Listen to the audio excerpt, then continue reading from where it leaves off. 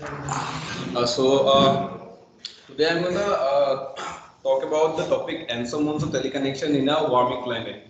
So as we all know, as you can see this animation by NASA, every year the average monthly temperature has been increasing from 1880 until I think 2016. So it gives us a warming scenario for present climate. So uh, so coming to the existing research, Fredrickson et al. Using CMIP 6 models, he concluded that with a warming climate, the El Nino kind of mean state gonna increase in the Pacific Ocean. And in the second statement, Wang et al., he also used CMIP 6 models, and he concluded that the northern hemisphere land monsoon rainfall will increase by 2.8% per degree Celsius. So as you can see from the two statements, it's very counterintuitive because in an El Nino kind of a state, there is a reduction in the rainfall over the subcontinent. But in the second statement, it is given that with the increase in the percentage of CO2, there will be increase in the rainfall.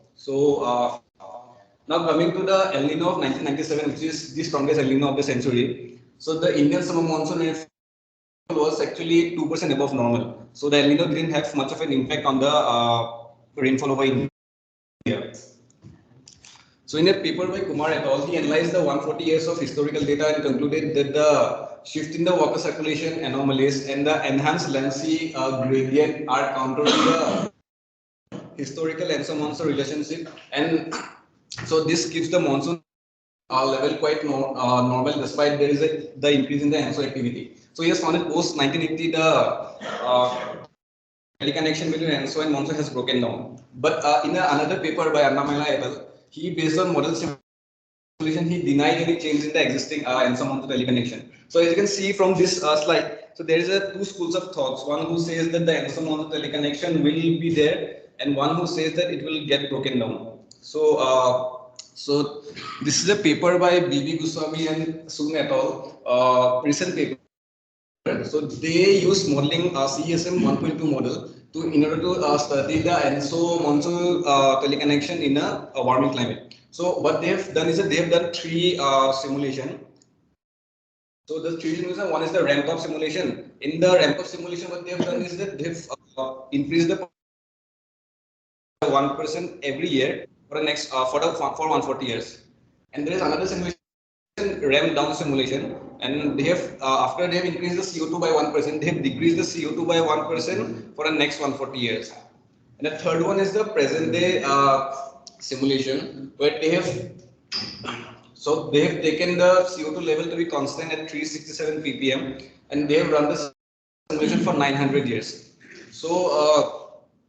In order to check whether the model is able to capture the existing patterns, we compared a PD simulation of the last 100 years among the 900 years. So here you can see this is the JJS spatial pattern of the rainfall, and the first slide is the IMD climatology of 1901 to 2018. So here you can see over the Indian over India, it can very well capture the existing pattern. So it gives a signal that it's a good model to go with the. Odisha it was too much. Look at Odisha. Yeah, so it's 40% more. Yeah. Not good. Okay.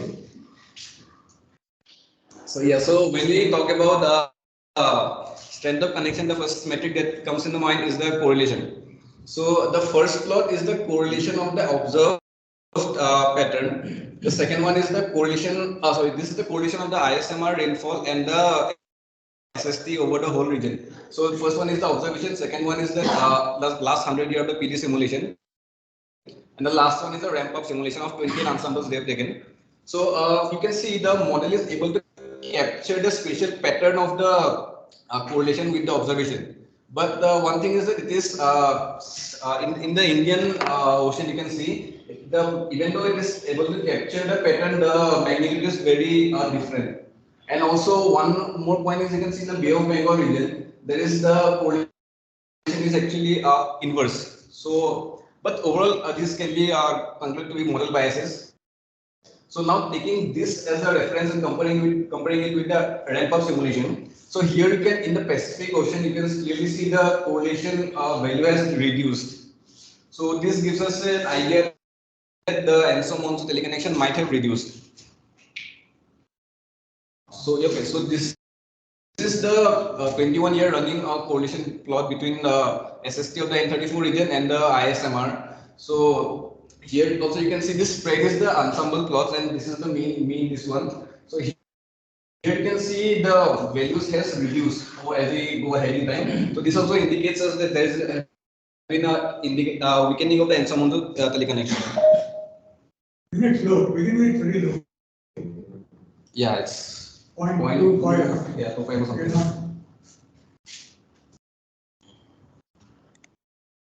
So now coming to the point of the co-occurrence of PIOD events. So in a paper by Kai et al., where he used ensemble of climate models and used the RCP 8.5, he projected the frequency of PIOD events will increase in a warming climate. So in order to assess this statement, so they actually divided the 140 years into two parts: the first 70 years and the last 70 years. So here you can see this is the joint probability distribution plot of the dipole mode index, which is a representation of the IOD phase and the N34 SST anomaly. So here you can clearly see as the dipole mode index is positive, the N34 index is also positive. And this signal intensifies in the last 70 years. So this says us that there is higher co-occurrence of DMI, positive IOD event and the El Nino kind of a state in a warming climate. So now, based on the other, the last plot, so there is a paper by Ashok et al. In 2001, where he concluded that the IoT event impacts ISMR on its own way. So what it says is that when there is a strong correlation between IoD and ISMR, the correlation between ENSO and ISMR is weak, and when the ISMR and ENSO is stronger, the correlation with IoD is weaker. So there is a seesaw kind of a pattern with the correlation of IoT and ENSO with ISMR.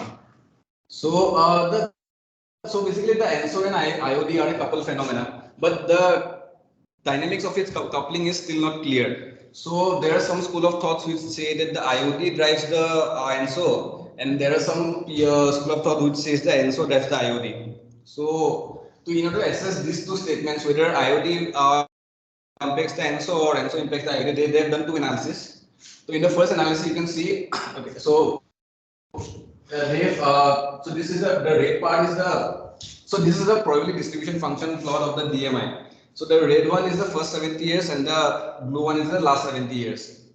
So and they have one plot they have put the ENSO signal, and in the other plot the ENSO signal has been removed.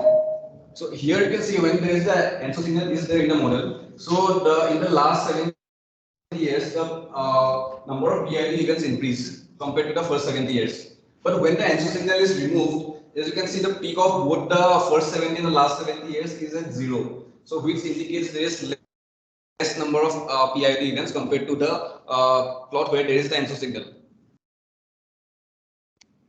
So now, in order to assess the other statement which says that IoT impacts ENSO, so they have again done a joint probability distribution plot between the DMI index of this year of September, October, November, and the N34 index of the next year, which is December, January, February. So it's a 12-month lag.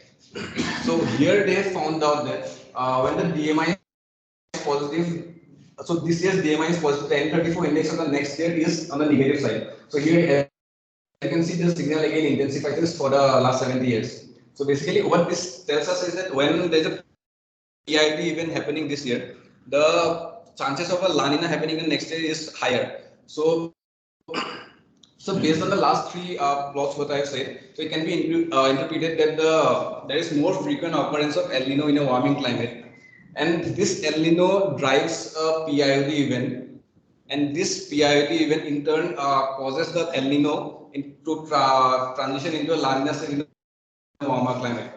So as the correlation between ENSO-Monsoon reduces, we see a stronger coupling between the ENSO and the IOD. So since IOD and ENSO has countering impact on the Indian summer monsoon, so as the correlation coupling of IOD and ENSO increases, which will have opposite impact on the Indian summer monsoon. So the author says that the prediction of the Indian summer monsoon will become more challenging because they will counter each other, and thus we won't be having a particular signal which you can trust on. Yeah, this is the summary. So in a warming climate, we see more El Nino type of winds in the Pacific Ocean, and the ENSO-Monsoon Teleconnection will decrease in strength, which is due to the higher co-occurrence of El Nino in the Pacific Ocean and the PID in the Indian Ocean. The PID and the El Nino will counter each other's effect on the Indian summer monsoon, making it more challenging to predict. And in a warming climate, there is more strong coupling of ENSO and IID, and the El Nino in the Pacific will lead to an PID in the Indian Ocean, which will in turn lead to La Nina in the next winter. This is based on one model, right? Yeah. Other models have different results. They've taken one model, the CSM 1.2, but they have done 28 ensembles of the initial No, so many other things appeared global, and so the order working on this conclusion. No. That is from right. There It is more different. yeah. I mean, in this since we are doing a future prediction, so there will be model biases. No, but the connection, whatever this ENSO-IOD interaction, you are saying, and so this affects the game and that affects ENSO game. The other models show that. No, they have done it only with one model. It's a CSM 1.2. So other models, I don't think. This one, why don't you look at Sim 6 and see whether it's true or not? Yeah, CMF6 would be a good one because they have So many models. Take it out. Okay. So they'll tell you whether mechanisms which cause these interactions are there in all models, right? And although I don't think we have good data for IoT going back 100 years, but if you look at it, there's also that connection. I don't know. There are some people who have got IoT going back 900. On the night tells me it's not reliable. So just look at it, IoT and the connection in time.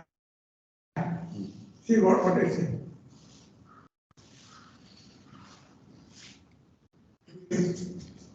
So Abhishek, how does that IoT impact ENSO?